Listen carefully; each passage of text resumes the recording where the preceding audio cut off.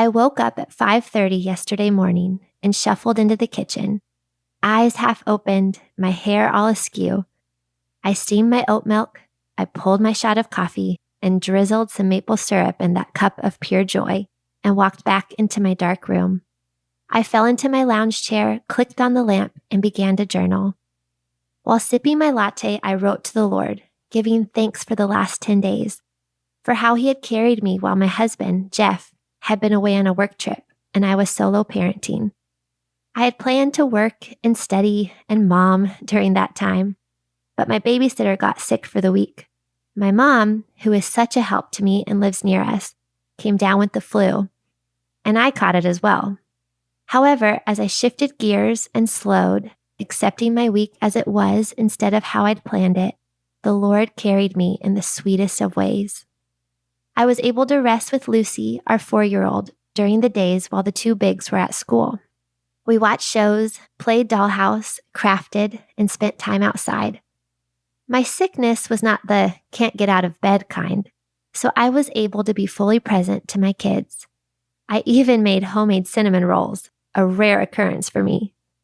It was a gentle week, a week of rest, of being present, of not being hurried or worried.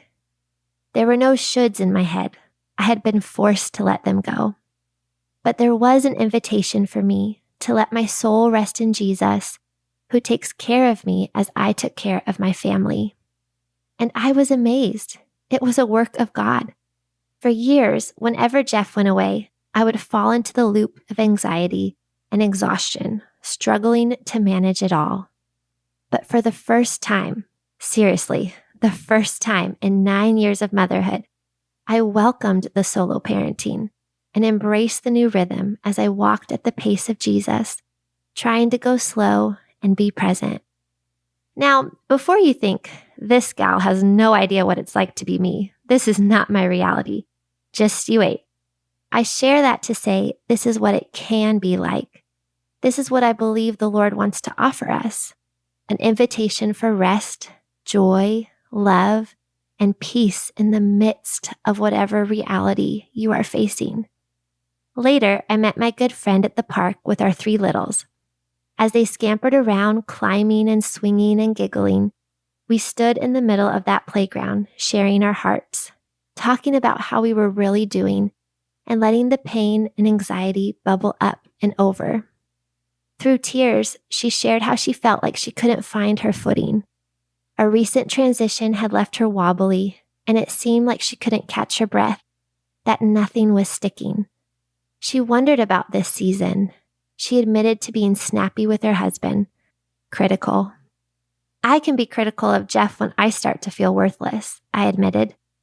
Don't you see all that I'm doing? Can you thank me for all that I'm carrying? I often say to him. Through tears, she said, yes, that's it. I feel worthless. What's my purpose? My heart broke.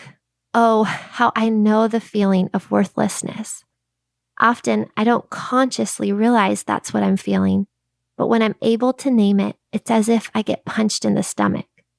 That night, after we picked Jeff up from the airport with shouts and hoorays from the kids and me, we sat around the dinner table eating orange chicken and digging into Strauss's maple cream ice cream. Have you had it? It's unbelievable. Autumn in your mouth. Sprinkled with the maple crunchies Jeff brought home from Vermont. Soon, everyone else was fast asleep in their beds, and I was gearing up for some hours of study on the couch for my seminary class the next day. I was halfway done with my master's, and I was loving every moment of learning and studying the Bible, a dream come true for me. For the past months, I had chosen to fast from social media so I could really focus on this book and hear what the Lord wanted to speak to me. And truth be told, I did not have that much margin in my life with school and writing. I wouldn't necessarily recommend doing both at the same time. However, I had a few minutes to spare. Okay, let's call it what it was, procrastination. And I really wanted to catch up on the latest with Taylor Swift's love life. Listen, I am the most uncultured person you will ever meet. True grandma status here with culture and technology.